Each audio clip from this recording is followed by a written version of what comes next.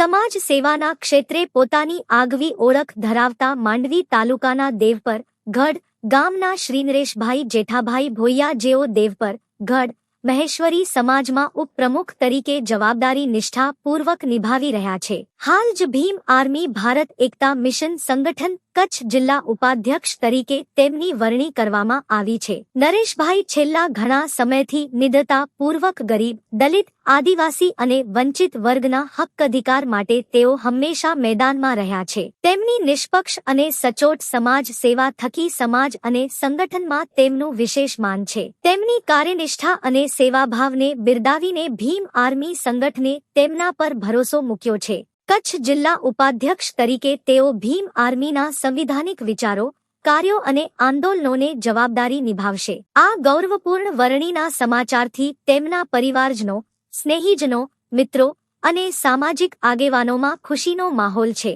સૌએ તેમને ઉજ્જવળ ભવિષ્ય માટે હાર્દિક અભિનંદન અને શુભકામનાઓ પાઠવી છે.